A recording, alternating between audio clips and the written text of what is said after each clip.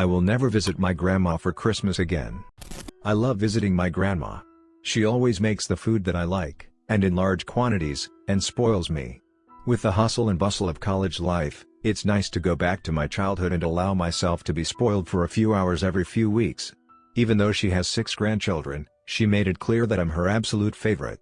She'd often have the whole family around for dinner, and after they left, she'd bring out the good stuff she made just for me. We usually have a big Christmas dinner together with the whole family. However, as the years go by and the younger ones start growing up, fewer and fewer people show up. Last year, everyone already made plans, forgetting about poor grandma. I don't blame them, but they often forget how these visits mean a lot to her, especially ever since grandpa died. That's why when I talked on the phone with her and she asked me if I had any plans, I lied to her and told her I didn't. She immediately jumped at the opportunity to politely invite me, going so far as to offer me to sleep over at her place. She said there's one room which hasn't been used in years and I could stay in there. I immediately said yes and agreed to stay over, realizing how happy that would make her. I canceled the plans I made with my friends, telling them something else came up. Although they were bummed about it a little, their drinking party wouldn't stop because of me. That was the last Christmas that I would ever spend with my grandma. On Christmas Eve I arrived to my grandma's place and she greeted me like she always does, with a tight hug and lots of kisses. I barely even stepped inside when she started offering me food. She had already made what could only be described as an all-you-can-eat buffet.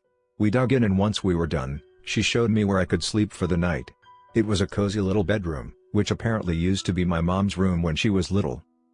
Grandma told me not to leave my room during Christmas night in order to avoid disrupting Santa in his work. She said that if I really needed to use the bathroom I could, but to be extremely quiet and not to go downstairs. On the nightstand she left a list of the things I should do before I go to bed to ensure I get a good present. I decided to play along and abide by the rules. I told her I'd read it before bed and do everything necessary and she seemed content with that. She wished me good night and left the room.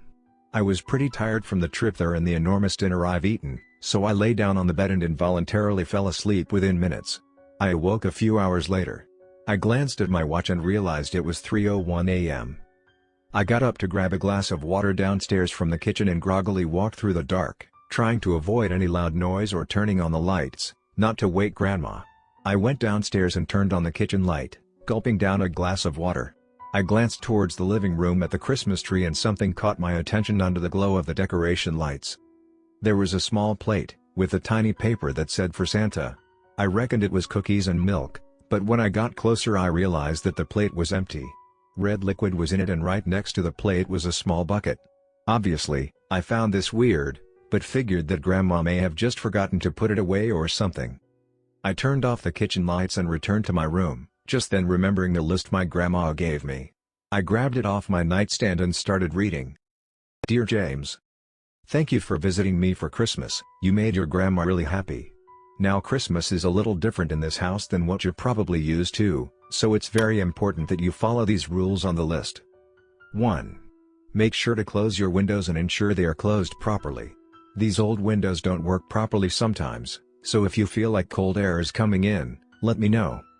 2. Don't put any wood in the fireplace after 9 p.m. Santa will be really angry if it's scalding in the chimney or if there's still smoke. 3. You didn't forget about milk and cookies, did you? I stopped reading and chuckled at the list. Grandma clearly wanted me to follow the basic rules for Santa like when I was a kid, but again I decided to oblige. I continued reading the list. In this household we don't use milk and cookies, we use raw meat and blood. I already left a bucket by the Christmas tree and there's a raw piece of chicken I put on the plate. Santa sure loves his diet. 4. If you are woken up by the sound of scratching or knocking on your window, ignore it. Your room is on the 2nd floor, there is no way to reach up to it. In fact, it's best not to look there, but if you see someone beckoning you, pretend they're not there.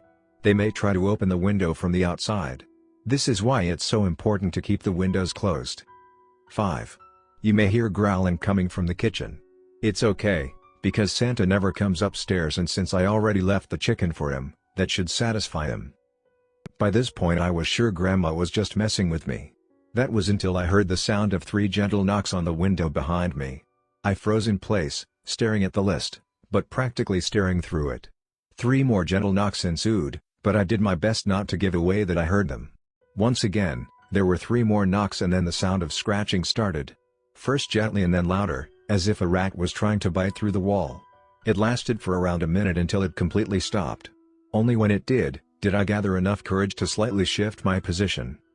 That was a mistake though, because when I looked down to the floor, at the light which was cast in from the window, I saw the unmistakable shadow in the form of a humanoid silhouette stretched across. I couldn't tell for sure, but it looked like whoever was there held both his hands on the window and stared directly towards me. I decided that the best thing to do is continue reading the list to try and distract myself. 6. If someone walks into your room while you're sleeping and you happen to wake up, pretend that you're still asleep. In the worst case scenario, the person will sit on the edge of your bed and observe you, so do your best not to let them know you're awake.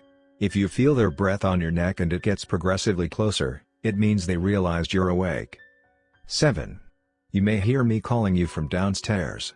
Don't listen to it, I will under no circumstances go downstairs during the night. 8. Last and most important rule, if you get up to go to the bathroom, never ever turn on any lights in the house. He has trouble noticing you in the dark, but if you turn on the lights, he will be able to follow you wherever you go, and then not even locking your door will help. 9. Follow these simple rules and in the morning, we can open your Christmas presents. Love.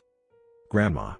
The scratching and knocking had already stopped by the time I was done reading and the shadow from the window was gone. I got into bed and covered myself over my head, shivering, and not from the cold. Sometime during the night I heard my door open, but did my best to ignore the footsteps and low growling noise. I either passed out or fell asleep sometime later, but all I know is I woke up to the sound coming downstairs from the kitchen. I shot up, looking around the room and at the window, rubbing my temples and thinking about the nightmare I had. I left my room and immediately heard my grandma's voice calling me from downstairs, to come open the presents. I told her I'm coming, when I suddenly felt a grip on my wrist. I turned around and saw my grandma there, staring at me, wide-eyed. She leaned in and whispered in my ear, with a trembling voice. "You turned on the lights, didn't you?"